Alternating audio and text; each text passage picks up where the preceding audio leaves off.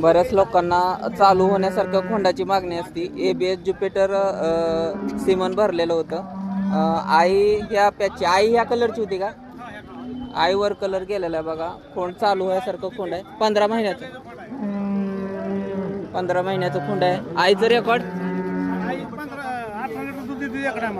एका टायमाला 18 पंजाबवरून आणलेलं गाईचं आहे बघा. ABS ज्युपिटर सिमन भरलं होतं. तर ब्रीड बघायचं असेल तर तुम्हाला नक्की पूर्ण गुलाबी आहे. त्याच्या पाठीचा कणा एकदम ताट आहे आणि हाय म्हणजे 100% प्युअर जातवन खोंड झालेला आहे.